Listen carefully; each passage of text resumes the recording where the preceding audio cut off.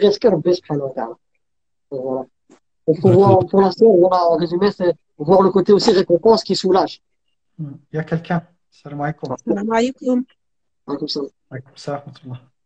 Oui, alors moi j'ai une question. C'est un peu complexe, mais en fait, je suis tombée malade en 2018. Je suis tombée malade de la sorcellerie et j'ai été vraiment, vraiment éprouvée pour ça. Et en fait, au jour d'aujourd'hui, je me rends compte que j'ai l'impression que c'est une chaîne familiale. Et en fait, on m'a toujours raconté que mon grand-père était devin, enfin qu'il avait des dons et tout ça. Et je me rends compte de plus en plus, est-ce que ça s'est pas retourné justement contre ces petits-enfants? Et en fait, notre situation familiale est tellement chaotique.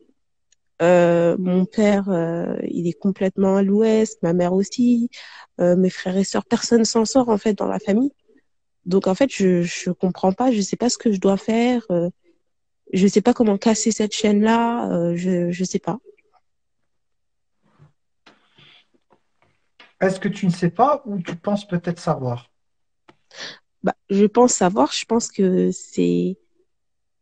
enfin, je sais pas, c'est en me rapprochant d'Allah Azza wa Jal, peut-être que je peux casser cette chaîne-là.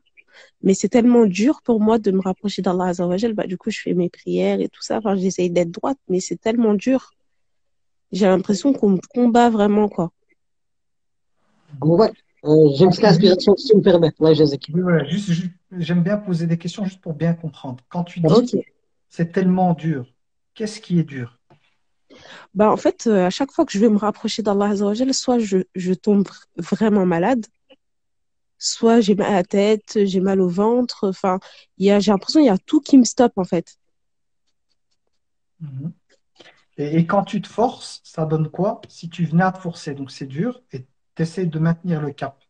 Justement, je me force et j'essaye de pas lâcher, mais par moments, c'est super dur, en fait.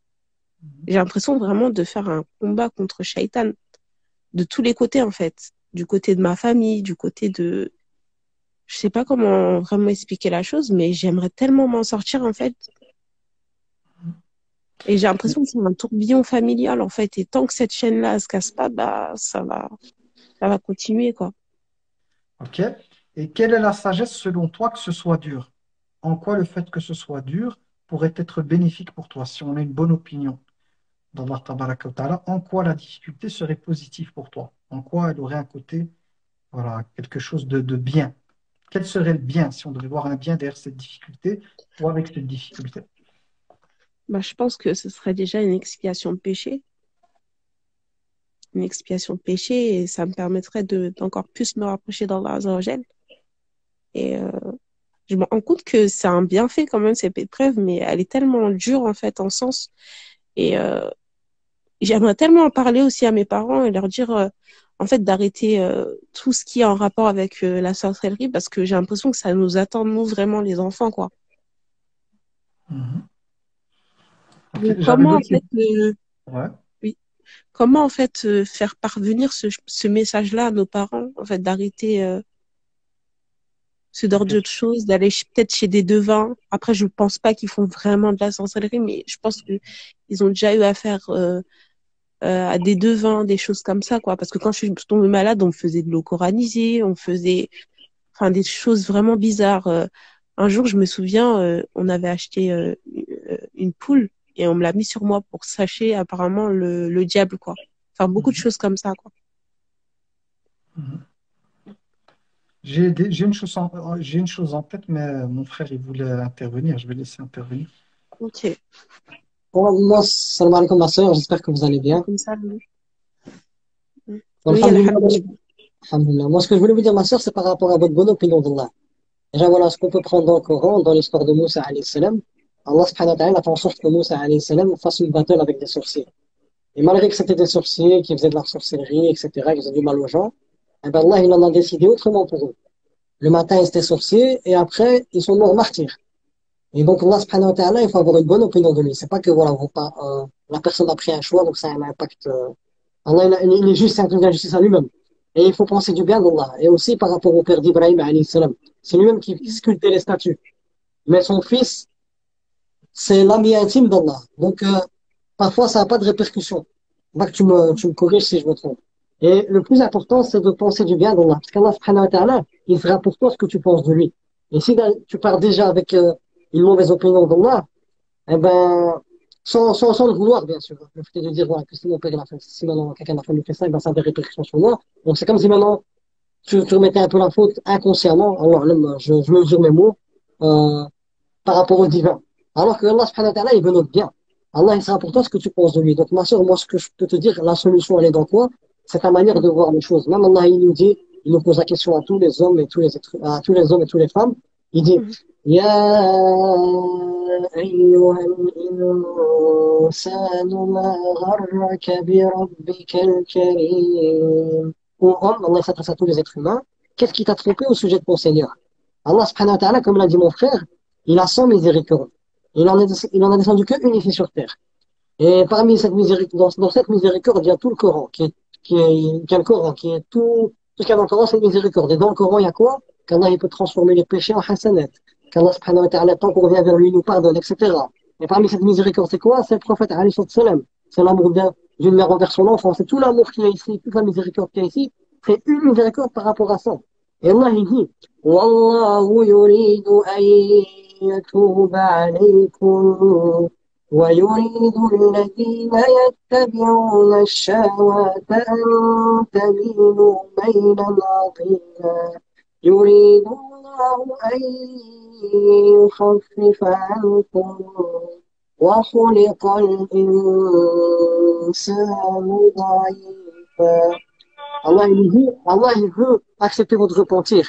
Il veut accepter ton repentir.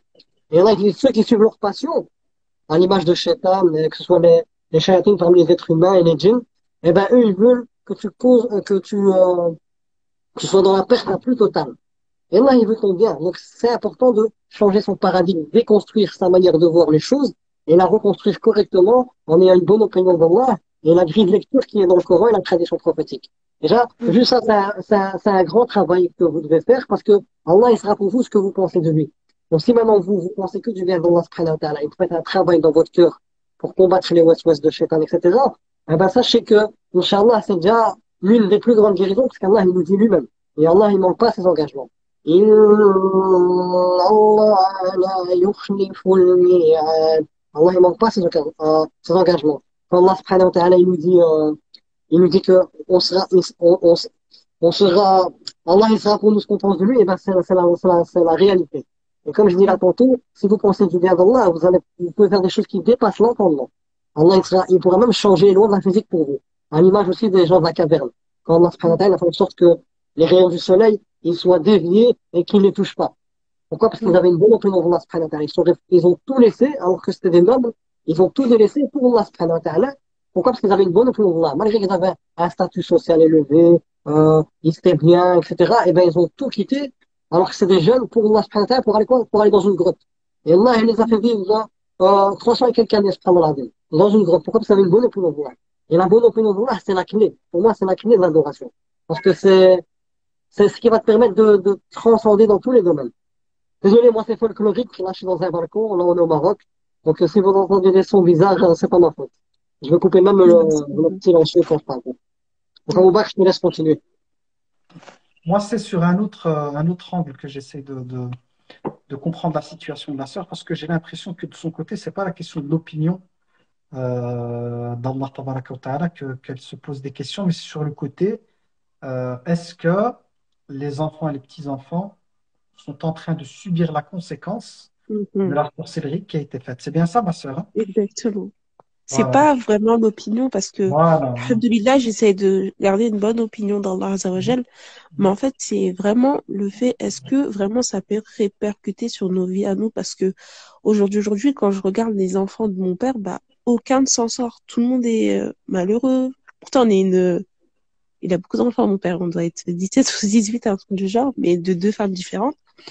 Et personne s'en sort. Il y en a qui sont en prison, il y en a qui boivent, il y en a qui fument. Enfin, tout le monde a dévié, quoi. Et nous, Mhm. moi, personnellement, j'essaie de m'en sortir vraiment, mais j'ai l'impression que j'ai toujours un blocage, en fait.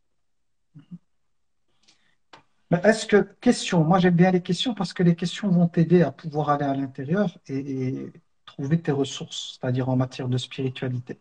Est-ce que Mm, ce que tu décris là n'est pas vécu mm. par d'autres familles qui n'ont pas forcément eu de grands-parents ou de grands-pères qui étaient dans la sorcellerie et qui font face justement à un contexte européen d'enfants immigrés par rapport à, voilà, à une vie dans des quartiers paupérisés avec une éducation nationale très absente ou fragile? Est-ce qu'on peut retrouver ça, mais en dehors d'ascendants, tu vois, de personnes, de grands-parents Mm. qui ont peut-être pratiqué la sorcellerie? Bien sûr, je pense Donc, qu'il y quelle est la en a conclusion que tu énormément. peux tirer de ça? Quelle est la conclusion? Si ça arrive même à d'autres, quelle conclusion tu peux tirer par rapport à ça? Je me dis que c'est Allah Azza wa Jal qui l'a permis, quoi. Mhm. Il y a aussi Et autre chose que je je me peux te dis, dire. dans tous les cas, je pense que ça m'aurait touché si c'était vraiment mon destin, quoi. Moi, je vais te traduire comment je le vois. Après, voilà, c'est à Ok. toi de prendre tes distances ou non avec ce que je vais dire. Mais moi, ce que j'ai envie de te dire, c'est que dans Mm, la vie, on est amené à faire face à des situations liées à ce qu'on appelle des dégâts collatéraux. Dégâts collatéraux, c'est quoi? C'est des fois le fait de subir avec ses parents, quand bien même on enlève la sorcellerie, mais on peut parler d'autres choses, tu vois. Par exemple, des mm, parents qui ont subi une enfance très difficile avec des coups privés d'amour. Le mm, risque, c'est quoi? C'est que ces parents, qui étaient des enfants, vont peut-être reproduire la même chose avec leurs enfants. Est-ce que tu me suis jusqu'à là? mm, Toi, ce que tu subis ici, c'est ce qu'on appelle les dégâts collatéraux, c'est-à-dire ce qu'ont subi tes parents, ben, mm, tu te retrouves à le subir parce que mm, voilà, c'est les dégâts collatéraux de ce que tes parents ont subi. Mais qu'est-ce que je dois faire moi en tant que musulman lorsque je suis amené à me retrouver dans une situation où je suis amené à vivre quelque chose qui ne dépend pas de mon libre arbitre? Donc c'est quelque chose de lié à des dégâts collatéraux, des choses qui me tombent dessus, mais qui ne sont pas le fruit de mes choix. En tant que musulman, comment on doit voir ça? Et comment on doit accueillir ça? C'est la question que je te pose. Alors là, je sais pas du tout. Ben, c'est simple. La réponse, elle est simple. C'est qu'Allah, dans le Coran Karim, nous dit qu'aucune âme ne portera le poids d'un autre. C'est-à-dire, peu importe qui j'avais comme père ou comme grand-parent ou comme maman et tout, je ne suis pas responsable de leurs actes. Mais si je suis amené à vivre des situations difficiles qui sont le fruit du fait d'avoir intégré cette famille, c'est qu'Allah, tabaraka wa ta'ala, c'est lui qui a choisi mon esprit et c'est lui qui l'a intégré dans le corps. Hein. Tout à l'heure, j'en parlais, à 4 mois, c'est là où l'esprit est insufflé. Donc, il sait que je suis capable, en fait, comme une partie de jeu vidéo. Tu vois, je débarque dans un jeu, le jeu, il est fait pour me tester, pour m'éprouver. Le but du jeu, c'est de gagner des points et de réussir la partie. Donc, je débarque dans une famille. C'est prédestiné par Allah parce qu'il sait que j'ai la capacité de pouvoir affronter les épreuves. Et à chaque Mm, fois que je fais face à des situations liées à des dégâts collatéraux et que c'est dur, ma récompense, elle est proportionnelle à la difficulté. Plus c'est mm. dur, plus sa récompense, elle est énorme. Donc, si j'avais été amené à être à ta place, je ne suis pas responsable de ce que mon grand-père il a pu faire ou quoi. Ça ne me concerne pas. Donc, Et faut si pas que effectivement, je... non, je sais que c'est pas ça que tu dis, mais j'essaie juste de te Mm, faire comprendre comment tu oui, peux trouver de la force dans la difficulté et ok. faire de cette épreuve un tremplin, tu vois, le voir plutôt Mm, comme une opportunité qui s'offre à toi et pas un boulet attaché à tes chevilles. C'est ça que j'ai envie de te dire, tu vois. C'est de ok. comprendre que, OK, je me retrouve dans une famille où c'est peut-être comme ça. Effectivement, il y a peut-être les dégâts collatéraux de cela, mais je suis musulmane. J'ai Allah tabarak wa ta'ala avec moi. Et effectivement, Mm, c'est dur. Effectivement, c'est lourd. Effectivement, c'est pas évident. Mais je vais me battre. Je vais pas me laisser mm, faire. Et je sais qu'Allah tabarak wa ta'ala, par sa grâce, fera de mon combat quelque chose qui, effectivement, comme tu l'as dit tout à l'heure, va m'amener à voir mes péchés effacés, voire transformés en hasanat, parce que c'est une mm, possibilité. Allah va m'élever en degrés. Allah tabaraka wa ta'ala, donc, va me donner aussi des hasanats. Plus c'est dur, plus la récompense elle est grande. Et en même temps, il m'éduque dans le sens où il me permet d'avoir accès à un niveau de conscience, une sagesse, une compréhension du monde beaucoup plus mm, profonde, car les gens éprouvés sont souvent les personnes les plus à même de comprendre la réalité de la vie et mm. d'atteindre cette profondeur quant à la vision de la vie, de ses difficultés, qui sont riches. En général, ce sont des personnes riches. Donc, si je le vois comme ça, c'est-à-dire que si le regard que je porte sur mon histoire est un regard comme ça, d'opportunité, pas de malheur, tu vois, Mm, et que je saisis l'occasion pour faire mon max, Allah n'attend pas de moi la perfection. mm, Alhamdulillah, le jour du jugement dernier, si lorsqu'Allah tabarak wa ta'ala te permettra par sa grâce de voir la récompense qui a été générée de par cette difficulté, ces épreuves et tout, si par la grâce d'Allah tabaraka wa ta'ala, tu réussis ton épreuve, On retrouve ça dans les textes. Tu diras si seulement Allah tabaraka wa ta'ala ne m'avait pas éprouvé plus pour avoir encore plus. Parce que finalement, c'est que du passé. Tout ça, c'est un souvenir. Comme ce qui s'est passé il y a 1 an, 2 ans, 5 ans, 10 ans, c'est du passé. Ça n'existe plus. C'est dans ta tête, oui. C'est des souvenirs. Si tu devais, qu'Allah t'en préserve, être touché par Alzheimer, c'est fini, tu vois. Donc, ce que je veux dire par là, c'est que la difficulté, la douleur, effectivement, au moment où la vie, c'est difficile, mais avec le temps, elle finit par devenir quelque chose lié au passé. Et on récolte, en fait, le bénéfice de nos efforts, de nos sacrifices et tout. Et en tant que musulman, c'est comme ça qu'on doit se positionner. Et là, c'est la position pour trouver de la force, pour ne pas te sentir anéanti. Donc, briser la chaîne, oui. Il n'y a pas de chaîne en islam pour nous les musulmans. Il n'existe pas de chaîne qui va rester jusqu'à la fin des temps, de génération en génération. Si j'ai confiance en Allah, une bonne opinion, je fais ce qu'il y a à faire, il n'y a rien qui pourrait m'amener à penser que cette chaîne est une chaîne sans fin de malheur. Non. Toute personne qui craint Allah, qui fait ce qu'il faut, la sorcellerie, c'est pas un pouvoir qui dépasse le pouvoir divin. Et dans le Coran, Allah, il en parle. Allah subhanahu wa ta'ala dit, et ils ne peuvent nuire aux gens par cela, c'est-à-dire la sorcellerie, que par la permission d'Allah. Et ici, permission ne veut pas dire qu'Allah agrée ce genre d'acte, mais pour montrer que la sorcellerie n'est pas un pouvoir qui est au-dessus du pouvoir divin. C'est quelque chose qui est en dessous de la volonté divine. Donc si j'ai Allah avec moi, tranquille. Les sorciers sont plus forts, la sorcellerie est plus forte, les djinns sont plus forts, jamais de la vie. Et là, c'est là où il faut cultiver ce lien qu'Allah tabaraka wa ta'ala très fort, qui nous amène justement à ne pas voir la sorcellerie comme si tu voyais, tu vois, un petit enfant qui te menace avec un pistolet à eau. Et voir le monde des djinns comme si c'était toi. Moi, c'est comme ça que je le vois, hein. Il m'arrive d'avoir de temps en temps des attaques quand je dors, tu vois, dans mes rêves. Euh, tu vois, on appelle ça la paralysie du sommeil ou quoi. Ça m'arrive de temps en temps. C'est un combat, hein. Je me bats vraiment, hein, pour sortir et tout, et c'est dur. Mais quand je me réveille, j'ai le sourire. Je me dis, ils me font pas peur, tu vois. Ça m'arrive Mais de moi, temps. alhamdoulilah, Voilà. alhamdoulilah, en fait, je me dis, bah, cette épreuve-là, ça a été vraiment un énorme bienfait dans ma vie parce Ouais. que ça m'a vraiment rapproché d'Allah Azza wa Jal. Par exemple, il y a beaucoup de choses que je faisais pas avant cette épreuve. Par exemple, faire mes protections du matin, du soir, euh, bah, faire mes prières avec concentration. Enfin, il y a eu tellement de bienfaits, en fait, dans cette épreuve. Mais en fait, je veux tellement m'en sortir et j'ai l'impression que je veux m'en sortir, mais je veux sauver aussi les gens de ma famille. Et en fait, c'est là que je me dis comment sauver les autres personnes de ma famille, par exemple mon père, ma mère, comment leur dire que en fait non, c'est pas bien, faut se repentir, enfin je sais pas. Ben là, on revient au fait du le texte que j'ai cité tout à l'heure, où Allah dit au prophète, alayhi salam, tu ne guides pas celui que tu aimes, mais Allah guide qui il veut. Donc, toi, fais les causes, le rappel, la bonne exhortation, avec la douceur, avec la miséricorde, de la bonne manière, mais le résultat, il n'est pas entre tes mains. Et il faut accepter que le résultat n'est pas entre tes mains parce que celui qui guide les cœurs, c'est Allah. Donc, de ton côté, le fait dans ton cœur de vouloir absolument qu'il soit guidé, c'est noble, c'est bien. Ça montre l'amour et la considération. Mais d'un autre côté, tu dois te décharger de ce qui n'est pas entre tes mains, dans le sens où tu n'as pas à te rendre malade quant à la question des résultats. Ça, c'est Allah tabaraka wa ta'ala qui décide. Et puis, une personne, elle peut ne pas être guidée à un certain moment, puis 3 ans, 4 ans, 5 ans, 10 ans après, Allah tabaraka wa ta'ala va activer cette graine peut-être que tu auras semée 10 ans avant. Donc, il faut laisser les choses entre les mains d'Allah. Tu fais les causes, tu fais ce qu'il y a à faire, et laisse ça entre les mains d'Allah. Ça ne nous appartient pas. Je le dis tout le temps aux gens, même dans les consultations, parce que des fois, voilà, il y a des personnes qui me consultent pour quelqu'un, en fait. Je dis, écoute, c'est avec toi que je suis au téléphone. Je ne suis pas avec la personne. Donc, la personne, tant qu'elle n'est pas demandeuse d'aide, on ne peut pas l'aider. Tant qu'elle n'est pas demandeuse d'accompagnement, on ne peut pas. Par contre, toi, vu que c'est toi qui es demandeuse, je peux te conseiller. Parle avec douceur, tu vois, avec la personne, petit à petit, essaie de gagner son cœur, et une écoute active, fais abstraction de son comportement, essaie d'écouter sa douleur, essaie de la comprendre. Oui, ça, je peux le faire. Mais l'autre, s'il ne désire pas prendre le chemin de l'accompagnement et de la droiture, on ne peut pas. C'est pas la PlayStation, on ne peut pas, tu vois. Donc, décharge-toi de ce poids-là. Si tu veux avoir le moins mal possible, enlève le poids qui n'est pas entre tes mains. Fais les causes et laisse ça entre les mains En fait, d'Allah. moi je fais les causes de mon côté, quoi.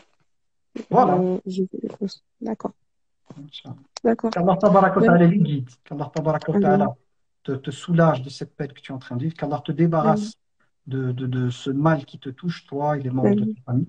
Qu'il, Amen. subhanahu par sa grâce, vous protège de tout ce Amen. monde invisible, de tout ce monde occulte, qu'il vous accorde par sa Amen. grâce sa guidée, qu'il vous accorde Amen. sa clémence, qu'il vous accorde sa Amen. miséricorde, qu'il vous accorde son Amen. agrément et qu'il fasse que mm, par ta grâce, toute cette épreuve et toutes ces difficultés soient quelque mm, chose qui pèsera très, très, très, très lourd sur la balance des hasanats et mm, je l'implore, subhanah, qu'il fasse que tu puisses être réjoui le jour du jugement dernier lorsque tu verras mm, ta sainte Torah avec un sourire comme ça. Oh, alhamdoulilah, en fait, tout ça pour ça. ouais, Magnifique. Parce que de l'autre côté, c'est un monde éternel. Sur Terre, oui, c'est difficile et tout, mais du jour au mm, lendemain, salam alaikum, c'est fini. La mm, partie s'arrête et c'est les points. Quand tu finis le jeu, c'est les points. C'est ça le plus mm, important. Mais la vie, elle est comme ça. Et il faut être comme un surfeur. Nous, notre foi, c'est comme une planche de surf. Il faut apprendre à surfer avec les épreuves, pas en mm, tomber mal. Je prends, l'épreuve, elle vient, je la prends spirituellement, tu vois. Je laisse voir où Allah tabaraka wa ta'ala va me mener, va me guider, ce qui va me permettre de comprendre, etc., etc. mm, Puis ça se calme, tranquille. Puis de nouveau une autre, pareil, tu vois. J'endure, je patiente. C'est pas évident de tenir sur une planche de surf, hein. Faut mm, l'équilibre. C'est pareil avec la mm, foi, tu vois. C'est pas évident. De temps en temps, tu mm, penses que tu vas chuter, mais il y a la difficulté, elle est là, tu vois, pour se stabiliser. mm. Alhamdulillah, par la grâce d'Allah, quand on y arrive, il y a énormément de bien. Qu'Allah tabaraka wa ta'ala te donne cette force. Mm. Par sa grâce Amin, à amin. toi et toutes les personnes qui suivent le live ici et qui sont éprouvées. Mm. Amin. Ya Rabbi. Barakallahu fi. Wa fikum Vraiment, barak. merci. Merci beaucoup. Avec grand Qu'Allah vous plaisir. protège et Qu'Allah te qu'Allah vous soulage. préserve. Amin. Barakallahu fi. Allah te Bonne soulage. soirée. Bonne soirée. Salam Inch'Allah, alaikum. juste par rapport juste à la source qu'elle a dit, c'est beau, moi j'ai le sourire. Parce que quand on parle, je vois le nom d'Allah, Al-Alim, Al-Hakim, le Mudabbir, Allah le savant qui sait tout, le sage, le planificateur. Elle a dit une belle parole. C'est un peu aussi, moi, quand je fais une conversation avec les personnes, je parle avec eux, je dis, subhanallah, merde. Ça rentre aussi dans ce que je veux dire, la bonne opinion d'Allah. Allah, subhanahu wa ta'ala, c'est le seul qui sait c'est quoi les meilleurs ingrédients pour toi, pour te ramener vers lui. Et elle, subhanallah, elle a dit une belle parole. Elle a dit, subhanallah, je n'ai jamais été aussi proche d'Allah depuis que j'ai eu cette épreuve. Je fais mes invocations, etc. Donc Allah, subhanahu wa ta'ala, il faut lui faire confiance. Même ça rentre dans la bonne opinion d'Allah. L'épreuve, elle vient, elle est difficile, elle est amère. Mais Allah, il sait que c'est le seul moyen pour toi de te ramener vers lui et de te faire tomber tout le décor en carton. Et comme tu as dit, subhanallah, une fois qu'on connaît Allah, subhanahu wa ta'ala, et qu'on a une bonne opinion, on est dans le lâcher prise. Et on fait les causes dans tout ce qu'on a besoin, etc. Et au niveau de tout ce qui nous dépasse, on lâche le prise. Et c'est beau, subhanallah. Barakallahu fik. Barakallahu fik. Alors, les personnes qui ont fait des demandes, je vais vous demander de la refaire, parce qu'il y a beaucoup de personnes qui ont, il y a au moins 10 demandes là, mais je ne sais pas si les personnes sont toujours présentes. Donc, je vais vous demander de la refaire et de mettre un petit commentaire, comme ça je vous vois. Souleymane, si tu peux repérer la question que tu voulais, à laquelle tu voulais répondre tout à l'heure, je ne sais pas si tu te souviens. C'est l'affiché, hein. Je sais Comment on plus, fait? je sais pas c'est laquelle. Appuie dessus. Tu dois la Quelle rechercher, appuyer dessus. de la radio, c'est quelle est la position des ulama concernant l'enfer et le paradis suite au suicide? Car certaines personnes religieuses dans des vidéos YouTube affirment que par la miséricorde d'Allah, cela n'empêche pas d'entrer au paradis. Mais ça me semble impossible et choquant. Qu'en est-il réellement? J'ai pas Moi aussi, compris la question. ça m'a touché parce qu'il y a un frère, ce qui est récemment dans le quartier dans lequel je suis bénévole pour donner des petits rappels. Il y a 8 mois, 8 ou 9 mois, eh ben, c'était l'élève d'Abou Bakr en plus. Malheureusement, c'est moment l'a retrouvé pendu dans sa chambre, alors que Bakr, Abou Bakr, il a fait plusieurs rappels, etc., pour essayer qu'il puisse revenir vers Allah, subhanahu wa ta'ala. Mais on ne sait pas. Allah, tout est entre les mains d'Allah, et la miséricorde est entre les mains d'Allah. Nous, on demande à Allah, subhanahu wa ta'ala, qu'il fasse miséricorde. Mais voilà, c'est cet événement qui m'a touché, c'est pour ça que j'ai pris un peu cette question-là. Donc, on voit que je te laisse répondre.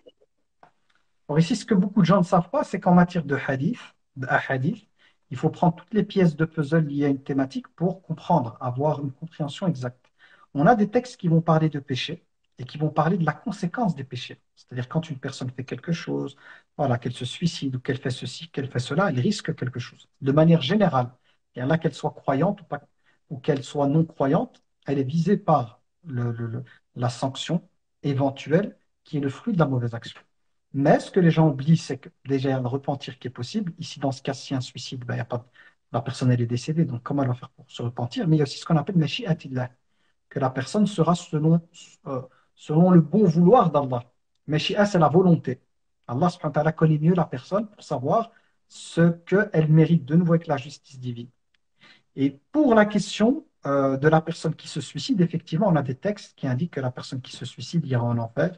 Je pense que même le texte, si je ne me trompe pas, ne sentira pas l'odeur du paradis. Si je me trompe, si je mélange pas avec un autre texte, je pense que c'est ça. Je suis quasi sûr, mais voilà, je préfère garder je pense que. Donc le texte, il dit ça. Donc ça veut dire quoi? Que la personne musulmane qui se serait suicidée, Donc si on comprend comme ça le texte, ne sentira jamais l'odeur du paradis, c'est qu'elle n'ira jamais au paradis. Mais il y a d'autres textes qui nous indiquent que toute personne qui meurt sur la ilaha illallah, sur le tawhid, on appelle ça l'unicité d'Allah, finira par rentrer au paradis quoi qu'il arrive. C'est-à-dire que toutes les personnes en enfer, qui finiront en enfer à cause de la quantité de leurs péchés, pas de repentir, mais qui sont décédés sur le tawhid, sur l'unicité d'Allah tabaraka wa ta'ala, le tawhid, l'unicité d'Allah tabaraka wa ta'ala, les amènera à sortir un moment de l'enfer pour aller au paradis. Et là-dedans, on a même les personnes qui se suicident. Alors même la personne qui s'est suicidée, si elle était musulmane, donc sur le tawhid, malgré le fait que le texte général nous parle de tout suicider, mais il n'y a pas l'exception, à savoir les croyants. Toute personne qui se suicide, c'est pour l'éternité, à l'exception de qui? De ceux qui sont morts sur le tawhid, qui ne seront jamais, qui ne finiront jamais éternellement en enfer. Sans oublier juste avant que une personne qui se suicide, c'est le risque, comme quand quelqu'un, par exemple, il commet un délit, il y a un risque. Donc au niveau des lois, il y a une peine prévue. Mais ça reste, c'est Allah tabaraka wa ta'ala qui, en fonction de qui est cette personne, de son histoire, du contenu de son cœur et tout, Allah décidera. Il se pourrait qu'elle n'ait même pas à passer par la case enfer. Parce que là, on est dans le Meshi'a. En arabe, on appelle ça le Meshi'a, c'est la volonté d'Allah. C'est Allah tabaraka wa ta'ala qui sait ce qui fera de cette personne-là. Donc ça, c'est important de comprendre. Je rappelle pour les gens qui sont là, parce que c'est des éléments liés à notre croyance, c'est que les textes qui parlent de l'enfer ou qui parlent du paradis ou les textes athématiques, il faut rassembler toutes les pièces de puzzle liées au texte. Sinon, on risque de comprendre les choses à côté de la plaque. Et donc ici, si on rassemble différents textes, on a effectivement la personne qui se suicide, c'est l'enfer normalement pour l'éternité. Mais comme elle est musulmane, la règle, c'est qu'il n'y a aucune personne qui est morte sur le tawhid qui sera éternellement en enfer, suicidé compris.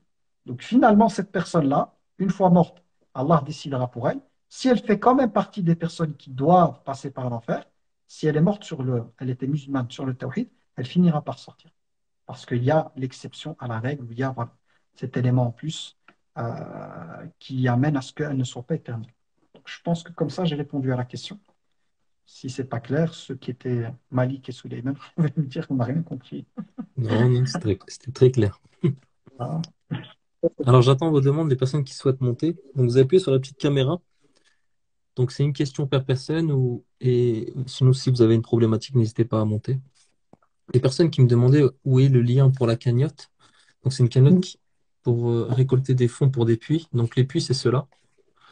Donc, ça, c'est l'un des puits qu'on a fait. Donc, c'est au Cambodge. Il a été fait à côté d'une école. Donc, voilà, c'est comme ça. Donc, pour le voir, vous allez dans la description Milieu Islam. Vous cliquez sur Insta Bio ici.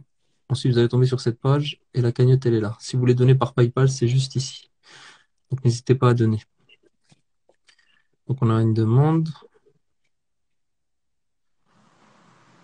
Bismillah.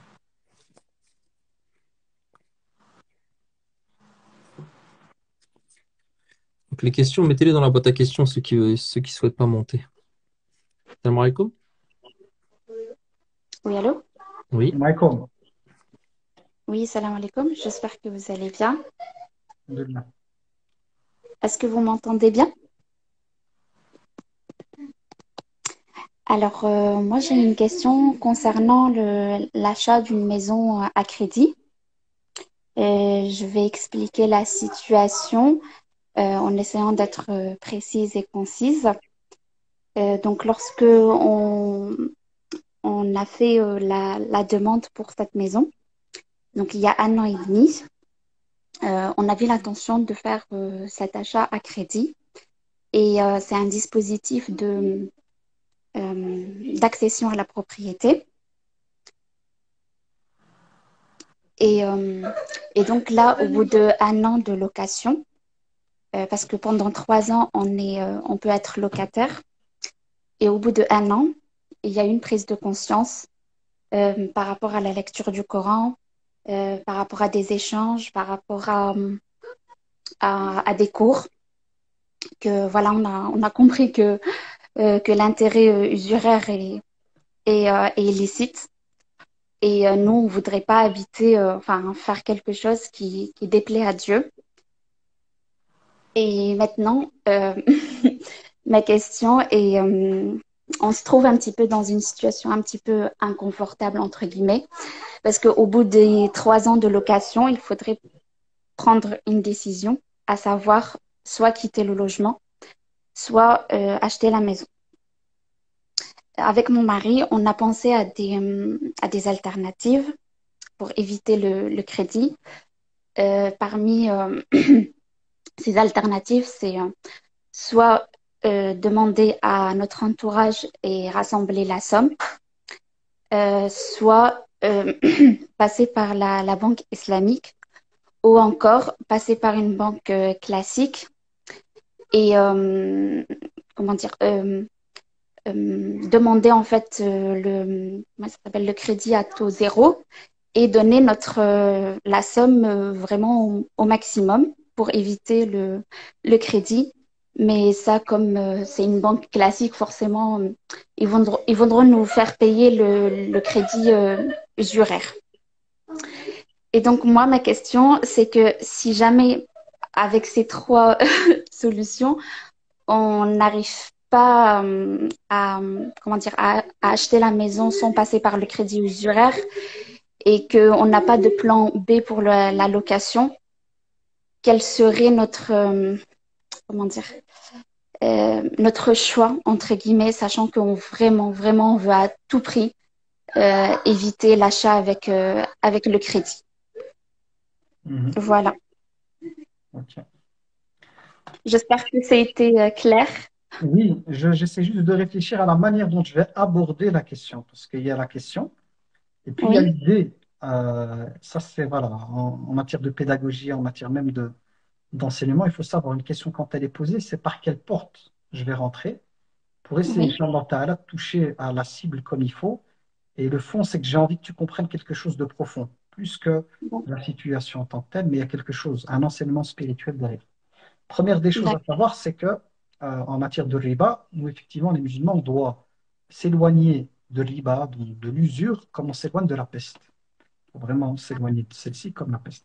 Ce qui est lié à riba, loin de nous, on n'est pas concerné. Je parle bien de riba directement, parce qu'il y a des choses qui font qu'on peut être touché par, on revient à dégâts collatéraux de très très loin. C'est pas pareil. Je parle de directement à des choses, de riba qui me concernent, par rapport auxquelles j'ai le libre arbitre et je peux agir. La première chose que j'ai envie de te dire, c'est c'est une question que je te pose. Oui. La maison, est-ce que tu considères que ça fait partie de la subsistance ou pas? Et de quelque chose qui serait prédestiné ou pas? Pour moi, oui. Ok. Qu'est-ce qui te fait dire que la subsistance, elle est prédestinée? Euh, déjà, euh, peut-être qu'on aurait Dieu, il l'aurait même pas mis sur notre route, sur notre chemin, cette proposition de logement entre guillemets, parce que c'était vraiment fait par par hasard entre guillemets. Et j'avais vu l'annonce, j'ai fait le dossier, on a monté le dossier, ça a été accepté. Et c'est vrai que quand on est arrivé dans la maison, comme je vous ai dit, on avait l'intention de l'acheter. Mais au bout d'une année, il y a eu une occasion, enfin une situation qui nous a vraiment prendre conscience et fait réfléchir au point que moi, à ce moment-là, j'en avais fait des cauchemars. Si par exemple je passais à l'action, entre guillemets, j'avais vraiment fait des cauchemars par rapport à cela. Ok. Ici, dans ma question, donc je vais reformuler peut-être ma question. Est-ce que tu penses dans la vie que toute chose qui arrive devant notre porte veut dire forcément qu'Allah Tabaraka wa Ta'ala, il veut qu'on fasse cette chose-là? Ou dans la vie, Allah nous teste et il peut, subhanah, ramener sur le seuil de notre porte des choses, des fois, qui sont interdites pour nous tester. Est-ce que tu penses que toute chose que je vais avoir sur mon chemin sera forcément quelque chose par rapport à laquelle Allah Tabaraka wa Ta'ala veut que je m'engage là-dedans, ou sur mon chemin, Allah Tabaraka wa Ta'ala va ramener peut-être des choses qui seront un test pour moi, pour voir ce que je vais faire. Je te donne un exemple concret pour t'aider. Notre père Oui, Adam, alayhi salam, il y avait un arbre au paradis, un seul, qui lui a été interdit, qui a fini par se trouver sur son chemin, dans le sens où il a fini par consommer cet arbre. oui, Donc, je comprends je bien. veux dire quoi par là, c'est que le fait de penser que finalement cette maison, par le fait qu'elle était facile d'accès et tout, te dire que ça vient d'Allah, n'oublions pas qu'Allah tabaraka wa ta'ala nous éprouve et qu'il va amener sur notre chemin justement des choses comme notre père Adam alayhi salam qui vont réveiller ce désir, parce que le désir, il est lié au manque. J'ai pas de maison, j'aimerais bien, donc il y a un désir qui se crée. Et le désir, il peut être puissant, c'est-à-dire qu'à l'intérieur de soi, avoir une maison, on se projette, hein. Il faut savoir tout. Il faut savoir que le désir, c'est une fabrication de l'esprit, hein. On rajoute avec ce désir l'objet, on appelle l'objet du désir, la chose que je veux. Je vais toujours mettre dans cette chose en plus. Donc c'est comme un truc que je vais rajouter, comme des fois le sucre qu'on met dans le thé, qui n'est pas bon. Je vais rajouter le fait que mon bonheur, il est lié à ça. Quand j'aurai cette maison, je serai bien tout. Je peux te garantir que le nombre de personnes que j'ai en consultation qui ont des maisons, et certains qui ont même fini par divorcer ou quoi, qui n'ont pas trouvé dans cette maison le bonheur, il y en a énormément. Donc, penser que finalement, l'accès à un bien immobilier est quelque chose qui automatiquement va ramener le bonheur sur mon chemin, sachant, parce que je vais rajouter ça, il n'y a pas de problème à être propriétaire, mais il y a un cadre. Et il y a l'épreuve aussi, sachant que dans mon cœur, je ne suis pas à l'aise. Dans le sens Non, où, voilà, le Coran, il dit clairement que le riba, l'usure est une chose interdite, que la majorité des savants musulmans considèrent que le fait de passer par les banques pour acheter un bien immobilier est haram, c'est une interdiction, même coranique pour eux, qu'il y ait une minorité qui l'autorise peut-être, mais avec des conditions particulières, et que quand bien même on prendrait l'avis de la minorité, ça ne veut pas dire pour autant qu'ils ont raison à 100%. Il y a toujours le risque que cette minorité n'a pas vu juste. Donc, est-ce que moi, je vais prendre le risque? Parce qu'il faut avoir la suite du verset, hein. Le risque, c'est quoi avec le riba? C'est qu'on se retrouve à faire la guerre à Allah et son messager. Fa'danu. Fa'danu, c'est comme si vous vous permettez, la personne qui fait ça, elle se permet de faire la guerre à Allah et son messager. Si moi, je me retrouve en guerre avec Allah, est-ce que je peux espérer trouver le bonheur dans la chose? La chose que j'ai choisie au détriment de l'amour d'Allah et des règles d'Allah va être la chose qui va m'éprouver. C'est-à-dire que cette chose que j'ai choisie en mettant Allah de côté, c'est-à-dire ses lois et ses principes, va être la chose à travers laquelle ma, ma- mon épreuve va commencer. Et des cas comme ça, j'en ai plein, hein. J'ai des personnes qui étaient mariées, bon mariage, tout se passait bien et tout, puis ils ont fait ce pas-là. Et des fois, des personnes convaincues de la vie minoritaire qui autorise. Et j'ai une personne comme ça qui s'est confiée à moi, ils ont fini par divorcer. Et il n'y avait pas de séparation de biens. Et ils se retrouvent avec le bien au milieu. Et moi, j'ai profité de ça pour amener la sœur à méditer. Je dis, à travers ce divorce, Allah, il te montre qu'il n'y a rien de stable. Qu'est-ce qui te garantit que cette maison, tu vas finir de la payer? Qu'est-ce qui te garantit que l'année prochaine, tu vas être encore en vie? Qu'est-ce qui te garantit qu'avec ton époux, tu seras là pendant X temps? Etc., etc. Donc, moi, je ne prendrai pas le risque. À vous désirer un bien, c'est pas haram. On ne parle pas d'avoir une maison ou un appartement. On parle de la manière par laquelle je vais tenter d'avoir la chose. Donc, à ta place, ce que je ferais, parce que tu as proposé, tu as des propositions, tu avais passé par une banque islamique, demandé à ce qu'on te prête, oui, c'est ce qu'il faut faire. Je ferai tout ce qui est en mon pouvoir pour essayer d'avoir le bien sans passer par la banque. Et si mon plan B, mon plan C n'a pas marché, alors j'irai louer et je ne prendrai pas cette maison s'il y a le riba parce qu'il y a le risque de me retrouver en guerre contre Allah et son messager. Qui peut, euh, qui pourrait en fait rentrer en guerre contre Allah et son messager et pouvoir gagner cette bataille avec Allah et son messager? Jamais de la vie. Allah il contrôle tout, notre santé, tout est entre ses mains. Et là, il y a un texte, il y a même un texte du prophète dans lequel le prophète alayhi salatu wa sallam, nous dit Man taraka shay'an lillah awadahu khayran minhu. Ou kama qal, qui veut dire celle qui délaisse une chose pour Allah, Allah lui donnera ce qu'il y a de mieux. Et mon frère, je pense qu'il pourra raconter un peu, parce qu'il est passé par des galères, il n'a jamais voulu passer par la banque. Il s'est fait même avoir par l'une de ses propriétaires, il a retapé sa maison qu'il louait vraiment comme il faut et tout. Bref, il a eu des galères. Et Allah tabaraka wa ta'ala, lui a chaque fois ouvert des portes beaucoup plus grandes que ce que lui permettait son petit salaire. Il travaillait seul. Et il a toujours eu cette confiance, même si à un certain moment, il s'est retrouvé dans un petit appart, il a perdu le bien, mais il pourra peut-être parler de cette expérience qu'il a eue justement avec le fait de ne jamais sortir de, de, de, de la voie qu'Allah nous a adressée, d'éviter le haram. Même s'il y a des savants qui autorisent une minorité, je ne prends pas le risque. Parce que le risque, il est trop grand. Allah tabaraka wa ta'ala, il va te mettre la bénédiction dans ton temps, dans tes biens, dans tes enfants, dans ton... Et toute personne qui fait un autre choix, alors que dans son cœur, il y a même un doute, ben, subhanallah, pour une maison, donc c'est quoi le but de la maison en langue arabe? Sakan, en langue arabe, sakan, on l'appelle sakan la maison, ça a le sens de sakina, qui veut dire la tranquillité. Si moi j'achète une maison, c'est pour l'appeler la tranquillité, je vais me retrouver dans une maison où il y aura l'inverse de la tranquillité, l'enfer. À quoi bon? en fait, là, vous êtes en train de prêcher une convertie. Entre Moi, je veux guillemets, ton je bien. suis. Moi, je te parle comme je parlerai à ma propre sœur. Oui. Si demain, ma Là, fille, elle vient, elle pose la question, oui. ou ma propre mère, ou ma tante, ou peu importe, j'ai pas de fille, ou si j'avais une fille, je lui dirais ce que je te dis, par amour, fille pour vouloir ton Voilà, bien. Je dis par amour, c'est d'aimer pour son frère ou sa sœur ce qu'on aime pour soi-même. J'ai plein de fois, on m'a mis la pression pour passer à la banque, parce que j'avais un loyer élevé. On me dit, ouais, mais ce que tu payes, tu pourras avoir un appartement et tout, tu paieras moins cher et à la fin, tu es propriétaire. Je dis, non, je veux pas. Oui, mais il y a des fatwas qui disent, et notre contexte européen et tout. Je veux rien savoir. Je prends pas le risque de me mettre en guerre contre Allah et son messager. Je te jure par Allah qu'Allah tabaraka wa ta'ala, il m'a toujours ouvert des portes, quand bien même j'avais un salaire très faible. Très très faible, Allah il m'a jamais laissé. Il m'a toujours mis la baraka. Et encore aujourd'hui, je vois la baraka de ce choix que j'ai fait. J'avais décidé, je dis, ah oui, faut pas me parler d'acheter. Je vais aller, je vais rencontrer Allah tabaraka wa ta'ala sans passer par le crédit. Eh ben, le choix que j'ai fait, là, pourtant je connais les fatwas, hein. Elles sont bien argumentées, hein. Il y a des fatwas qui autorisent, qui sont très bien argumentées. Mais je sais que mon âme, il y a une partie qui aurait pu être tentée, c'est le côté terrestre. Je dis non, non, non, non, non, je ne prends pas le risque. Moi, dans mon cœur, j'évite ça. Et dans mon cœur, tout à l'heure, je parlais de la subsistance. Ce que je voulais dire par là, c'est que à partir du moment où moi, je fais le choix de délaisser cela pour l'agrément d'Allah, mais la subsistance, elle est entre les mains de qui? Tu vois ce que je veux dire? Mon bonheur, ce que je recherche, mon argent, mon risque, il est entre les mains de qui? Il est entre les mains d'Allah. Donc, comment je pourrais douter de la question de ma subsistance, douter du fait qu'en délaissant une chose pour lui, il va me laisser, il va m'abandonner, mais jamais de la vie. Tu me suis ou pas? Vu que la Oui. subsistance est là entre ses mains, c'est lui qui donne la subsistance. Donc moi, je préfère me dire, je ne prends pas le risque, et c'est avec lui directement que je vais invoquer, je vais lui demander de lui choisir pour moi. Tu me suis ou pas quand je dis ça? Bah, dans les plans A, B, C, je vais ajouter un plan D et je vais mettre location. Moi, ce que je te souhaite, c'est qu'Allah, tabaraka wa ta'ala, par sa grâce, te permette de pouvoir l'avoir sans passer par la banque.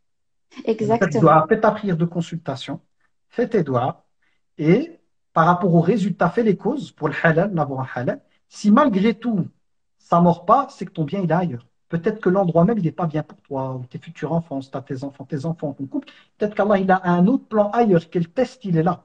Parce que finalement, quand tu as une maison, tu es lié à un endroit. Mais qui te dit que cet endroit, c'est le meilleur pour toi? Il y a peut-être un autre endroit qu'Allah tabaraka wa ta'ala te prédestine qui est meilleur, auquel tu ne peux avoir accès que si tu délaisses quelque chose pour Allah.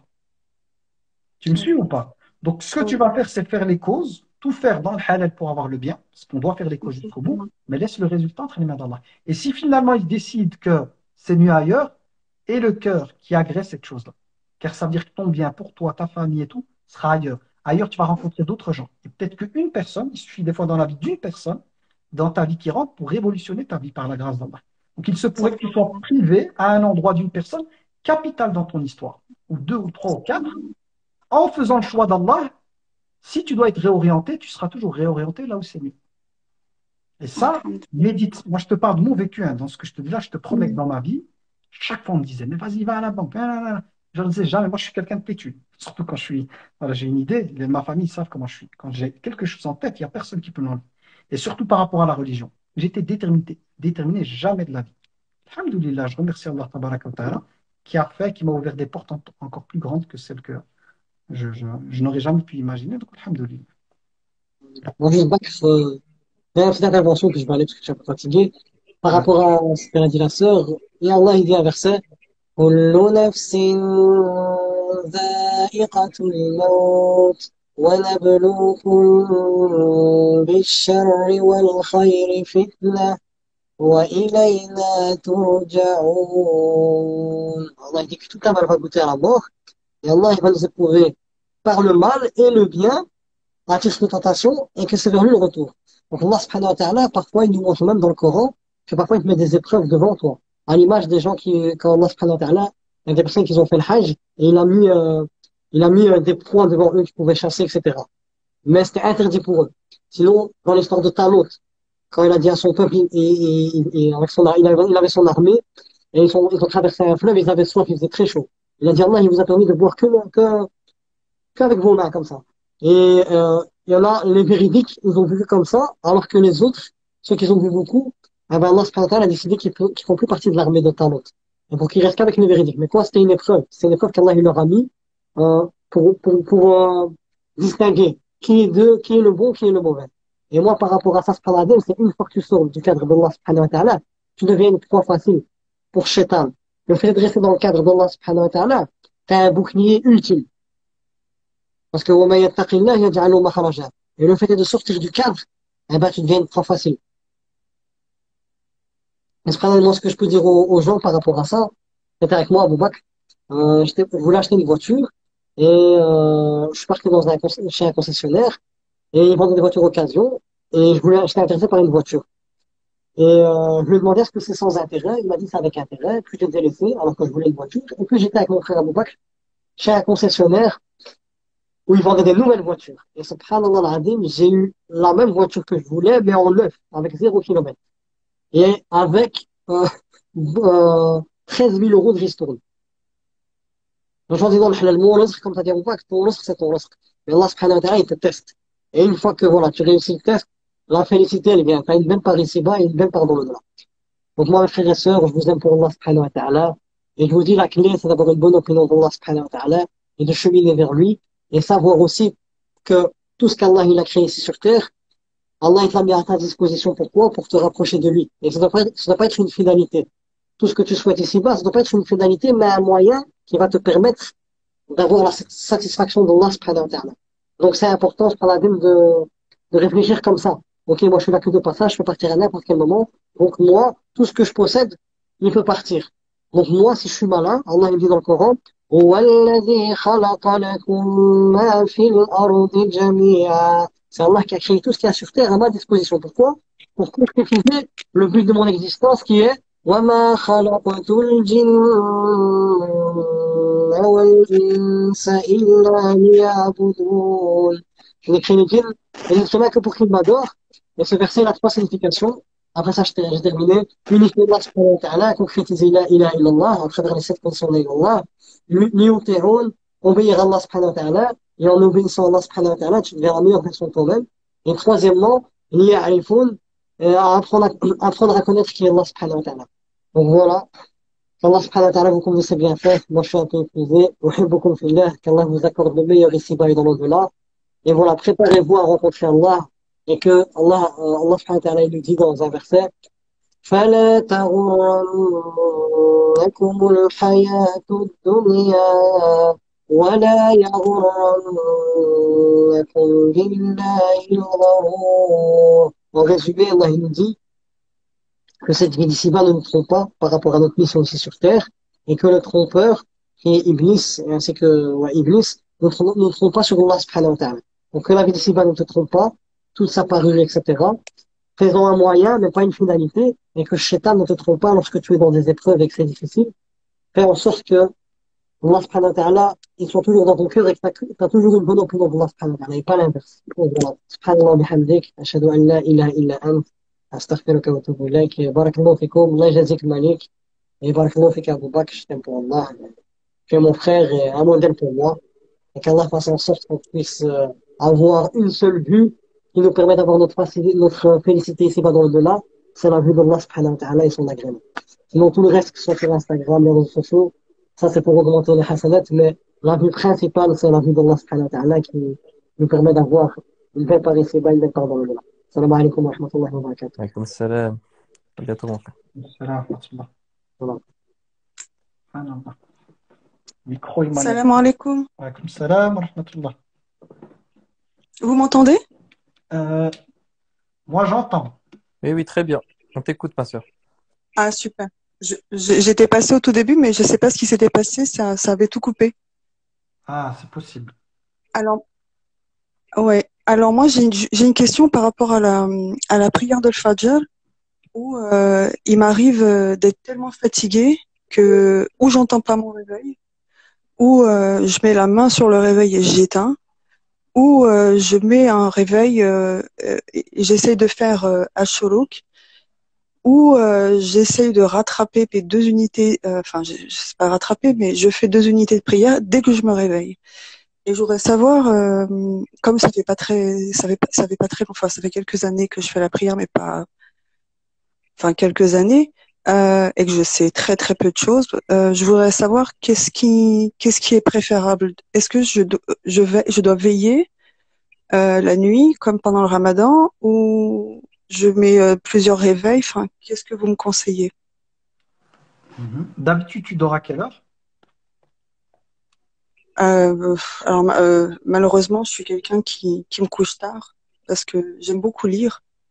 Et comme j'essaye de chercher un peu par mes propres moyens, entre guillemets, j'aime beaucoup écouter les histoires des prophètes, ou j'écoute vos lives, je revois vos lives que j'ai commencé à suivre depuis 2019, ou celui de votre frère, ou d'autres personnes. Parce que j'ai personne autour de moi, en fait. J'ai essayé d'aller à la mosquée, mais c'est assez compliqué pour moi.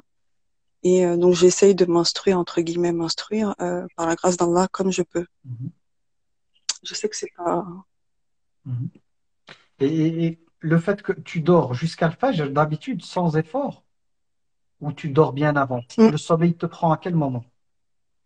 Ça dépend, ça dépend. Quand je suis vraiment, vraiment fatiguée, je tiens jusqu'à l'Aïcha et après je dors Mhm. 1 heure et demie. Je fais une doha où je demande à Rabbi de m'accorder de me rendre mon âme et pour que je puisse faire le Fajr. Mhm.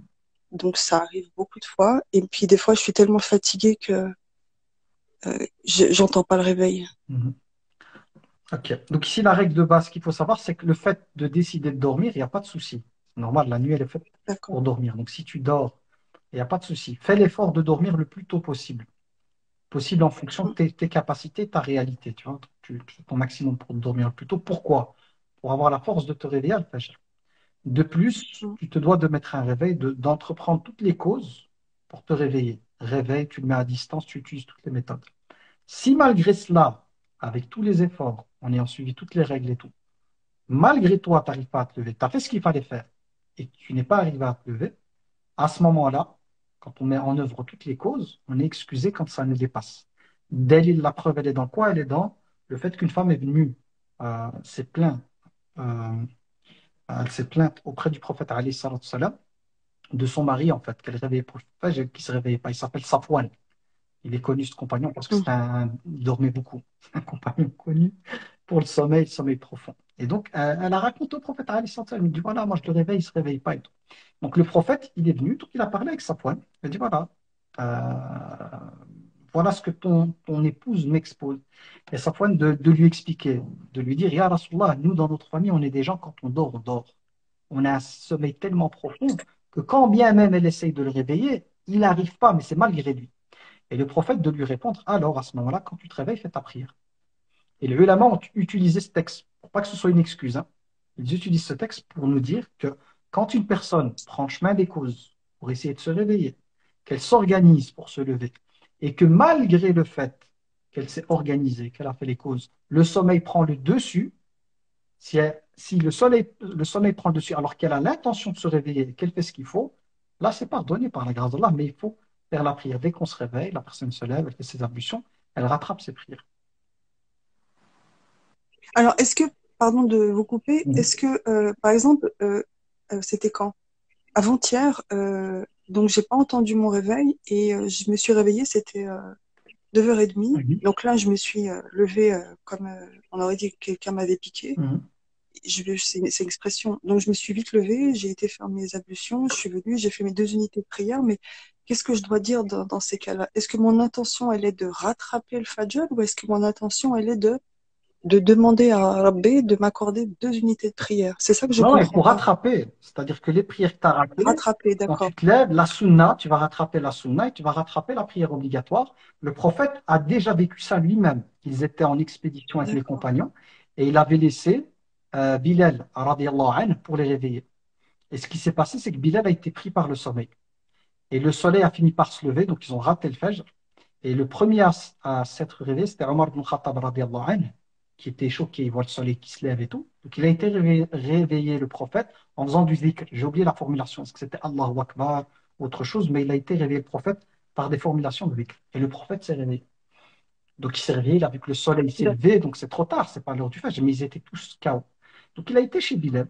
Il a dit, ah Bilal, voilà, on t'avait désigné pour nous réveiller, toi, tu t'as pas rempli, avec mes mots à moi, t'as pas rempli le job. Et Bilal de dire, si je me souviens de cette partie-là, c'est un hadith que j'ai entendu il y a longtemps, j'ai toute la trame, hein, mais les phrases au détail près, voilà, on peut rapporter les hadiths avec le ma'na, on dit, avec le sens, mais en disant que c'est le sens, Bilal a dit, j'ai été emporté par ce qui vous a emporté. Moi aussi, le soleil, le sommeil, il a pris le dessus sur moi. Et ce qu'a fait le prophète, alayhi salam, c'est qu'il a commandé aux compagnons de se lever, de lever le camp et de quitter cette vallée. Il a dit, dans cette vallée, il y a un shaitan. Parce qu'à cause de ça, ils ont raté la prière. Dans cette vallée, il y a un shaitan. Et ils se sont déplacés, ils sont sortis de cette vallée, ils ont fait leurs ablutions et ils ont fait la prière en commençant par la sunna et puis l'obligatoire. Donc d'abord la sunna et puis l'obligatoire. Avec l'appel à la prière, je pense, l'iqama, l'appel à la prière, sunna et puis l'obligatoire. Donc on voit là que le prophète alayhi salam et les compagnons ont été pris par le sommeil. Ça a pris le dessus. Donc si tu fais ce qu'il faut, tu essaies de dormir le plus tôt possible, tu mets ton réveil, tu mets une distance assez loin que pour ne pas appuyer dessus trop facilement, et que malgré toutes ces précautions qui t'arrivent de ne pas te réveiller, à chaque fois qu'on n'arrive pas à se réveiller, malgré nos précautions, on est excusé pour le fait de ne pas s'être réveillé, mais on doit rattraper cette prière. Elle est ici. D'accord. Et juste pour terminer, est-ce que c'est autorisé de temps en temps, pas, mais vraiment rarement, mais de temps en temps, de mettre mon réveil jusqu'à Shuruk pour essayer de dormir un minimum d'heures ou Mhm. pas du tout, ou je fais comme vous m'avez dit, Mhm. Inch'Allah, pour le réveil loin, Mhm. même en mettre plusieurs. Mhm. Ben, ici, la règle, c'est que pour le fajr, en général, les prières, on a un début, un temps de début, un temps de fin. Si tu respectes le temps de fin, c'est-à-dire que si, au niveau de ta personne, tu pries ta prière avant le lever du soleil, c'est ça la règle, la limite, c'est le lever du soleil. Si tu arrives à rattraper, à faire ta prière avant le lever du soleil, tu es dans le bon, tu es à l'heure. Parce que l'heure, c'est pas le début. Le début, c'est le meilleur moment. Prier la prière au début de son temps, sauf exception d'autres drôles quand il fait chaud, etc., etc., et l'isha, où il peut être préférable de les retarder. Mais sinon, pour les autres, c'est le début qui est le meilleur moment. Si tu n'arrives pas à te lever au début, ben, tu as le temps avant le shourouq. Il faut avant le lever du soleil. Parce qu'une fois que le soleil montre le bout de son nez, sa première mèche, le temps de le faire, il est passé. Là, il faudra rattraper. Ce sera du rattrapage. Par contre, si tu arrives à prier ta prière avant que le soleil se lève, tu es dans le temps de prière. Donc, Inch'Allah, voilà, c'est possible de le faire comme ça. C'est pas un péché, là. OK? Alors, je vois que la sœur, elle est plus là. Ouais. Encore combien de questions, Abou Bakr? Bah, écoute, je regarde l'heure. On fait combien ça? En tout cas, max 3. Mais c'est à toi de décider. Oh, ça dépend de toi. Moi, je suis en forme. Ouais. Mais c'est toi qui réponds, quoi. Moi, je dirais 3 parce que il est quelle heure là? Chez vous, il est déjà Il est minuit assez 10. tard, ouais. Ouais, minuit 10. Moi, j'ai une heure en moins, mais voilà, faut que le live aussi, après, il serve. Pour ceux qui veulent voir en replay, de ne pas avoir un live, un live marathon, tu vois. Non, mais je les Donc, coupe maintenant. Je fais en double, tu vois. ouais. C'est en 3, c'est doublance. bien. 3, c'est bien. Donc, n'hésitez pas à faire vos demandes, les personnes qui souhaitent monter. Donc, une question par personne. Soyez précis et concis dans vos questions, s'il vous plaît. Donc, j'ai accepté une personne. Je ne sais pas si elle est toujours présente. En tout cas, ceux qui sont présents, vous pouvez faire vos demandes parce qu'il y a de nombreuses demandes, mais je pense qu'ils sont plus là, les personnes.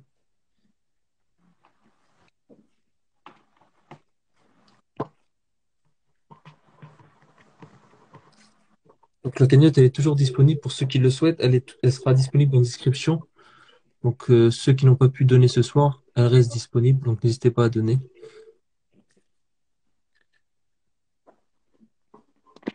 Alors, donc, lui, il répond pas. Voici une autre personne.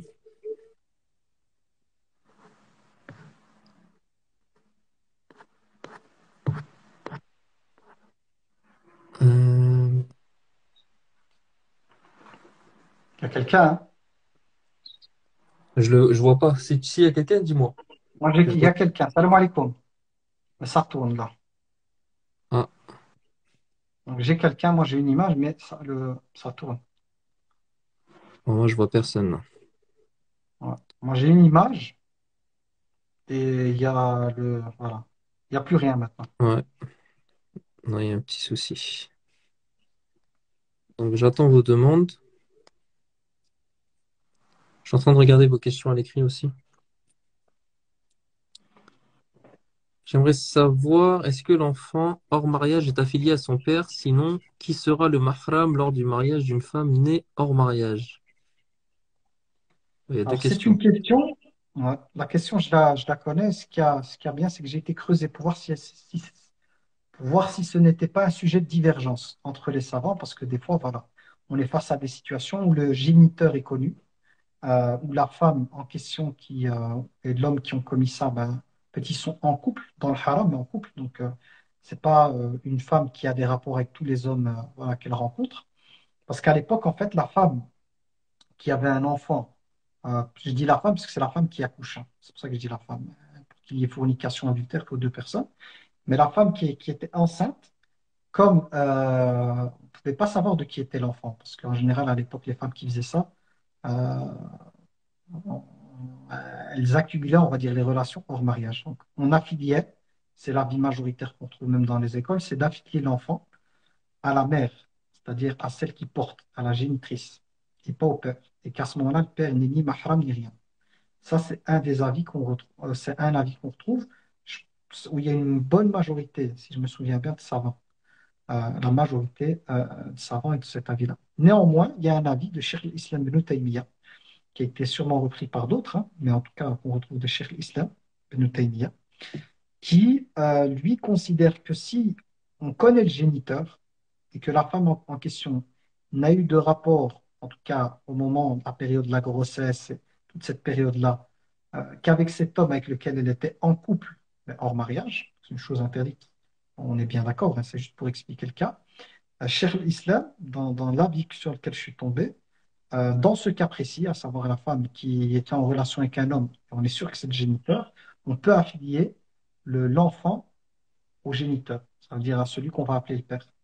Et donc à ce moment-là, l'enfant portera le nom de père, il sera le mahram, et il y aura les effets en fait, les effets de la parentalité de la filiation euh, euh, qui, euh, qui, euh, qui se retrouveront chez cet enfant. C'est pas comme ça qu'on dit en français, mais comme dans ma tête, je traduis des fois de l'arabe en français, les phrases, elles sont pas super. On va dire, c'est pas des phrases au niveau de la syntaxe et de la grammaire en français, mais l'idée, c'est de dire que dans ce cas cité par Cheikh l'Islam, on peut affilier à ce moment-là l'enfant au géniteur. On peut l'affilier. Mais on va retrouver, je pense que c'est le jumhur, même la majorité des savants qui considèrent qu'on affilie l'enfant à la mère et que le géniteur, lui, c'est comme un étranger.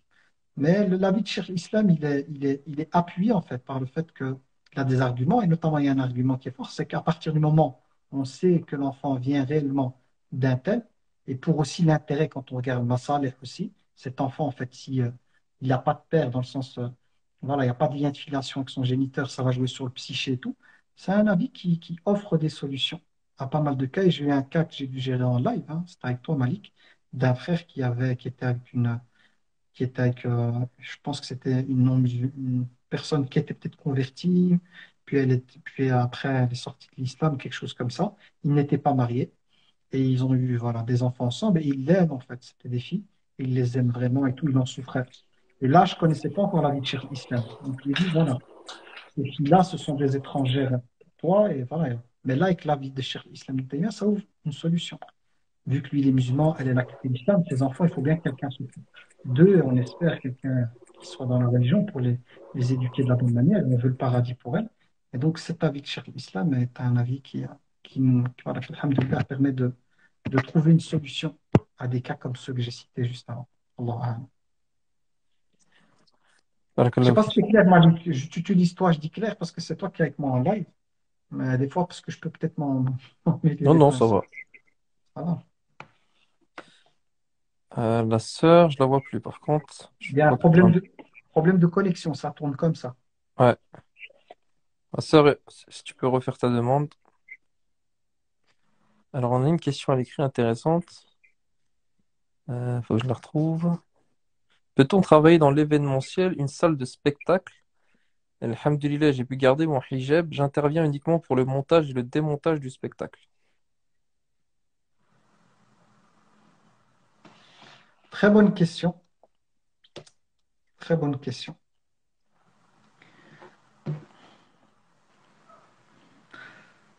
Dans des cas comme ça, on va parler de spectacle. Si c'est un spectacle, par exemple, c'est complexe, hein. En fait, je vais vous répondre, mais je ne vais pas répondre à la question parce qu'elle est trop technique, trop précise. Et ce serait outrepasser euh, mon niveau que d'y répondre directement. Mais l'idée, c'est quoi? C'est que nous, en tant que musulmans, si on est amené à faire un travail qui lui-même n'est pas haram, qui n'est pas haram, et qu'on ignore en fait ce qui va se passer par après, la responsabilité de l'utilisation de ce qu'on a fait incombe aux personnes qui vont l'utiliser. Par contre, si je sais que je vais faire quelque chose et que ça va être utilisé dans le haram, là, normalement, en tant que musulman, on ne peut pas participer à ce maillon qui amène vers le haram. Donc, quelqu'un qui est amené à mettre un podium pour pour un spectacle ou quoi, à la base, le fait de faire ça en soi, c'est pas une activité interdite. Mais si on sait très bien que ce travail-là, il est lié au concert dans lesquels il va y avoir le munkar, il va y avoir le haram. Munkar, ça veut dire des choses blâmables. Et en langue arabe, ça vient de ce qui est inconnu, comportement blâmable et tout. Et que moi, voilà, j'ai placé le podium, j'ai placé les baffes et tout. Et que là, il va y avoir vraiment ce qui est blâmable. Là, c'est clair, on sait très bien que en faisant ça, je participe à quelque chose. C'est pour ça que je dis que c'est une question technique où je ne vais pas répondre à la sœur directement parce que ce serait outrepasser mes droits, c'est au-dessus de mes compétences parce qu'il y a trop de technicité, il y a tellement de choses à prendre en compte, mais je peux donner la règle générale, que normalement, si je suis amené à faire quelque chose qui est halal, mais j'ignore ce qui va être fait par après, je ne suis pas forcément concerné. Si la chose elle est halal, ce que la personne va en faire, elle est responsable de ses actes. Mais si je sais très bien l'usage qui sera fait de la chose et que c'est du haram, je ne peux pas participer au haram. Donc ça, c'est une réponse générale. Ici, j'insiste, ce n'est pas un avis spécifique au cas de la sœur, parce que là, il faudrait un mufti. Mufti, c'est un niveau supérieur. C'est l'avis d'une personne compétente par rapport à un cas chirurgical et précis. Il va devoir mobiliser plusieurs. Il faut que la sœur elle raconte les détails et tout, et il va mobiliser plusieurs règles juridiques pour pouvoir donner un avis, mais qui est spécifique à la personne. Ça, c'est une fatwa. Fatwa, c'est comme un avis sur mesure. Moi, je suis enseignant, je donne les règles générales. Je vous renvoie aux règles, je vous renvoie aux choses que j'ai entendues de savants directement, que je vais vous transmettre. Mais les cas précis, c'est-à-dire la fatwa, émettre un avis juridique précis sur une chose, c'est une compétence pour les, les gens qui sont qualifiés pour ça, les muftis, qui vont prendre la personne à part, qui vont entendre et qui vont utiliser plusieurs règles de jurisprudence et tout, pour savoir si c'est du cas, ce sera du cas par cas. Ça, c'est au-delà de mes compétences. Barakallahu fik. On a perdu la personne. Mhm. On va prendre une dernière question. J'attends vos demandes, sinon je vais prendre une question à l'écrit.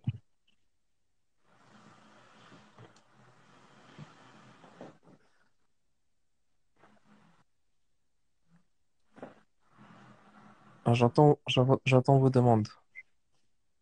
Toutes les demandes que j'ai, elles fonctionnent pas, hein.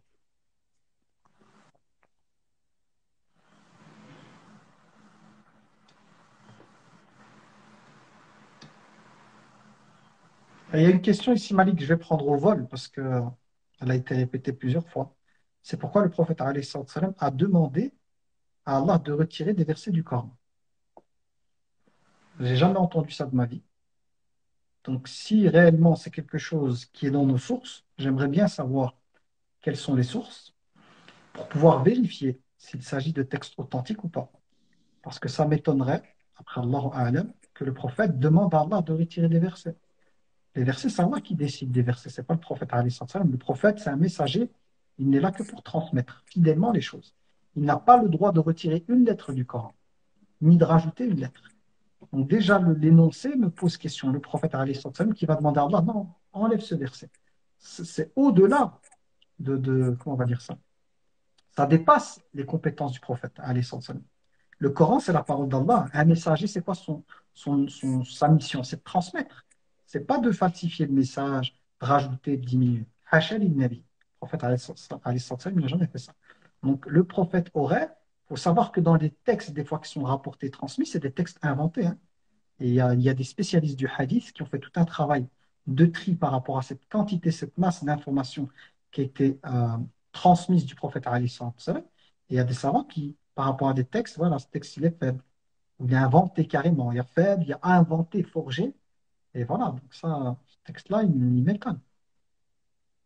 Après, s'il existe, j'aimerais bien voir la source. Et je suis capable d'aller vérifier si le texte est authentique ou pas. Je sais où chercher et voir si c'est quelque chose de forgé, inventé. On a inventé des choses sur le prophète alayhi salam ou pas. Donc attention à ce que vous lisez. Tout ce que vous lisez, il faut les sources. D'où ça vient, ce texte, ok. On dit que c'est une parole du prophète. Qui l'a rapporté? C'est dans quel ouvrage? Ok, cet ouvrage, est-ce qu'il fait partie de Sahih? Est-ce qu'il est dans le Sahih Bukhari ou Sahih Muslim?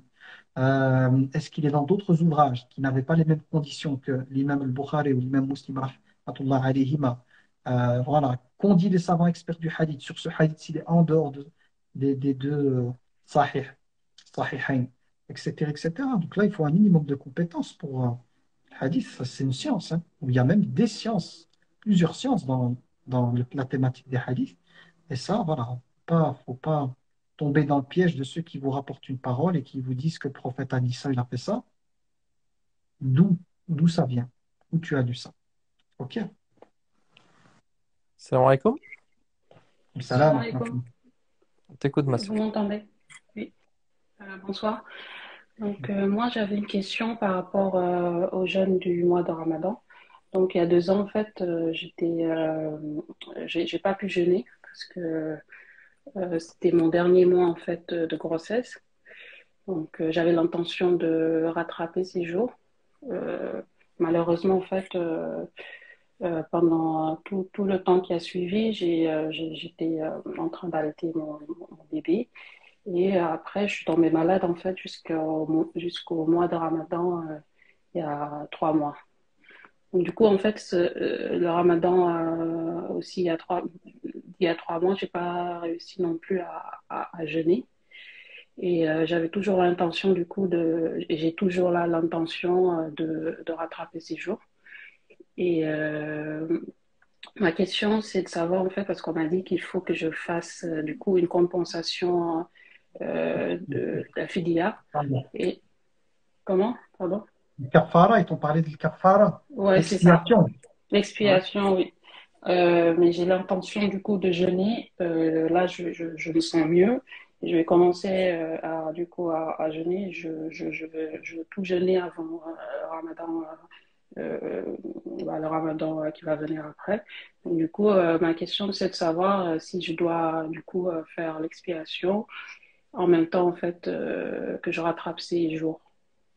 Je suis un peu Mhm. confuse. Alors, il faut savoir que c'est un sujet. Le sujet ici du rattrapage, il y a divergence. En tout cas, pour la femme enceinte, il y a plusieurs avis. Il y a l'avis qui considère que la femme enceinte, on la compte parmi les personnes, en fait, qui sont incapables de jeûner, pas pour maladie, mais pour l'incapacité. Et donc, certains savants appliquent le verset coranique de nourrir un pauvre par jour de jeûne raté pour la femme enceinte. C'est un des avis qui existent, à savoir plutôt que de jeûner ces jours-là, de nourrir un pauvre pour les jours ratés lorsque la femme elle est enceinte et que la grossesse, voilà, elle est tellement fatigante et tout qu'elle a besoin de manger pour reprendre des forces et pour son bébé.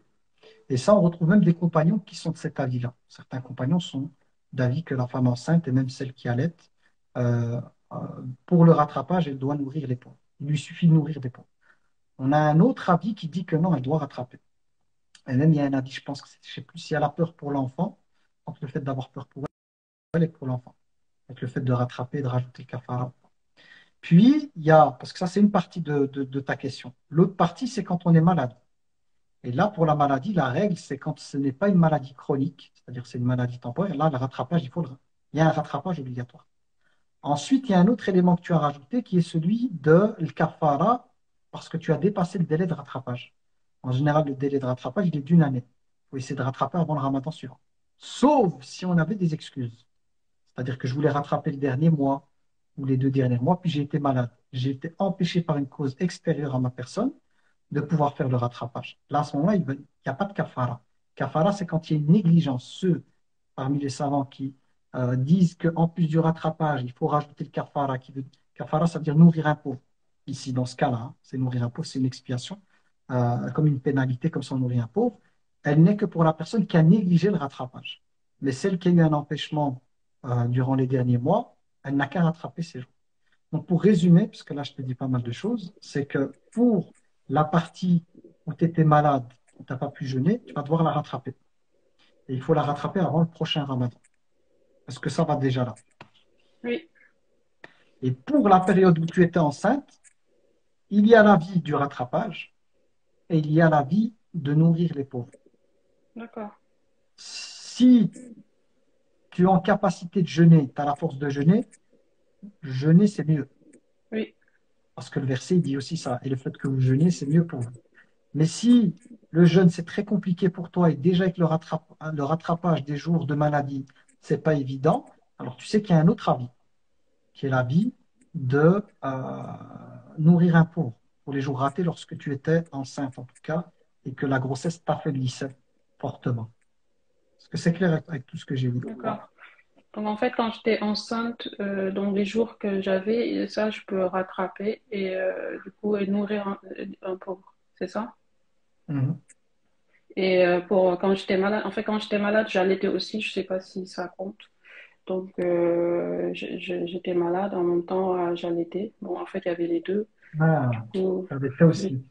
du coup là aussi, de toute façon, j'ai l'intention en fait de tout rattraper, Ok, Inch'Allah. ok.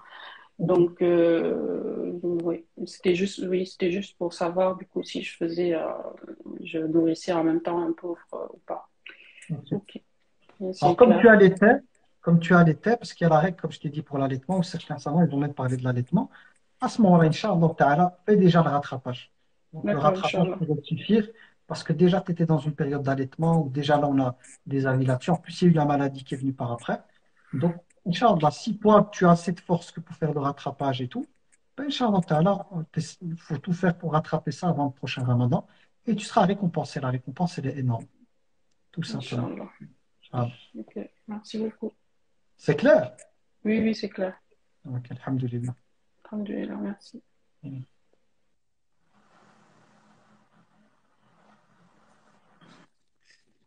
Barakallahu fik, Abou Bakr.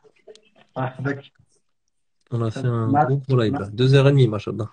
ah, ouais, ouais, c'est bon, on peut arrêter là, parce que Ouais. sinon on va atteindre mes records. Ah, Alors, juste 5 minutes, s'il vous plaît. Donc, je vous laisse la cagnotte, mes frères et sœurs. Donc, n'hésitez pas à la partager, à participer. Et n'oubliez pas de rejoindre l'association Milieu Charity. Donc, vous avez juste à cliquer sur le titre en haut à gauche et vous allez retrouver le site. Et vous pourrez donner via le site. Donc, il y a des puits à partir de 220 euros, les personnes qui souhaitent donner des puits. Donc, voilà, 220 euros le puits au nom de votre choix. Les fourrages qu'on va faire avec la cagnotte, c'est cela. Donc, vous pouvez en financer un tout seul, mais on a ouvert une cagnotte pour faciliter aux gens. Les mosquées à 4 000 euros, ceux qui souhaitent donner pour une mosquée. Il y a des sacs de riz qui permettent de nourrir une famille entière pendant un mois. Des arbres manguiers à 7 euros. Des distributions de Coran. Des kits scolaires à 20 euros. Des bateaux de pêche à 450 euros. Et une maison familiale. Donc les personnes qui veulent donner, l'association est sûre, on la gère. Vous aurez les photos des projets et les photos qui sont déjà disponibles sur l'Instagram. Donc vous pouvez aller sur l'Instagram directement et vous verrez tous les puits qui ont déjà été faits, avec les noms, etc. Donc donnez en toute confiance. Voilà, fikum. Alors non, on ne peut plus faire monter là, ça y est, on va aller dormir. Donc les personnes à qui on n'a pas pu répondre de questions, je vous invite à rejoindre le groupe Telegram. Donc en description, vous avez ça, ce lien-là, et vous pouvez cliquer ici et vous allez rejoindre le lien Telegram. Et il y a un imam qui vous répondra une fois par semaine. C'est l'imam Younes. Donc c'est le dimanche soir, donc je vous invite à le rejoindre. Sinon, il y a Suleiman, il répond aux questions, je crois. Donc Suleiman, c'est espoir, résilience, ceux qui souhaitent. Et Abou Bakr aussi. Vous appuyez sur le titre en haut à gauche, vous voyez la page d'Abou Bakr. Et, Suleiman, il ne répond pas forcément aux questions, Malik. Comme ça, tu sais, des questions juridiques. Ah, Il s'estime pas compétent pour les questions juridiques. Conseiller, oui, il peut conseiller les gens sur la vie, sur l'orientation, sur le côté spirituel. Mais les questions juridiques, voilà, c'est pas on va dire, c'est pas son domaine. Lui, c'est le rappel, l'exhortation et tout. Comme ça, tu le sais. d'accord, ça marche. Et moi, pour les personnes qui viennent, c'est avec toi en live. En privé, j'ai trop de messages. Il y a des messages de 3 mois auxquels j'ai pas pu répondre, ou je sais plus gérer les messages en privé. Donc, une fois par semaine, avec Malik, on se voit en live. C'est justement pour donner du temps aux personnes de tout rassembler en une fois. Mais voilà, on a pris 2 heures, vous pouvez le voir, 2h30, et il y a plein de questions encore. On fait notre maximum, sachant voilà, qu'on est humain, limité. Voilà. D'accord, ça marche. Donc le lien Telegram, les personnes qui veulent poser une question religieuse, donc c'est bien un imam qui vous répondra. Donc pas de souci pour ça. Mhm. Mhm. Abou Bakr, je te laisse conclure, mon frère. Barakallahu fik Malik. Donc Allah tabaraka wa ta'ala t'accorde la récompense de tous ces lives, hein, parce qu'il n'y a pas que ce live-ci, il y a encore plein d'autres lives que tu organises, qu'Allah tabaraka wa ta'ala fasse que par sa grâce, tu puisses avoir l'entière récompense de ces efforts, qu'il t'accorde la sincérité dans les paroles, les actes et l'organisation de ces lives, qu'Allah tabaraka wa ta'ala fasse que par sa grâce, tu puisses être une clé, une porte parmi les portes du bien et en même temps une personne parmi les personnes qui permettent de fermer les portes du mal.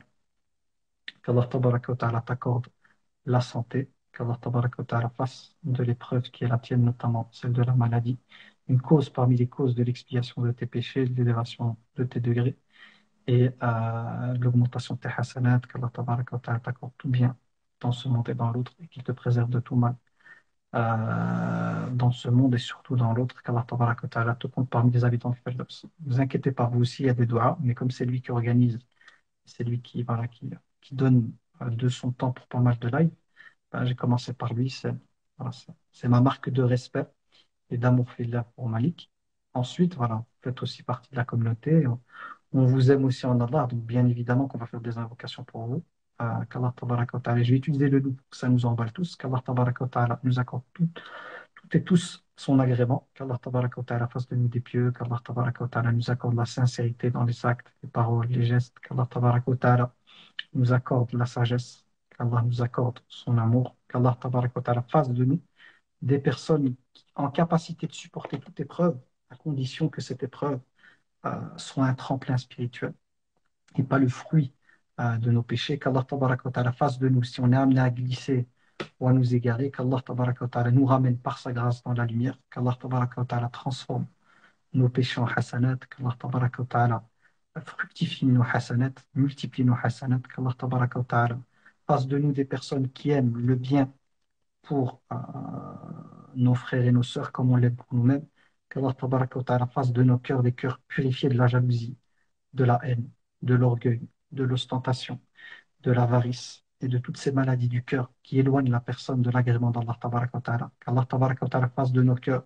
des cœurs pleins de taqwa, de piété, des cœurs pleins de rahma, de miséricorde, des cœurs pleins de douceur, pleins d'empathie, pleins, on va dire, cœurs pleins de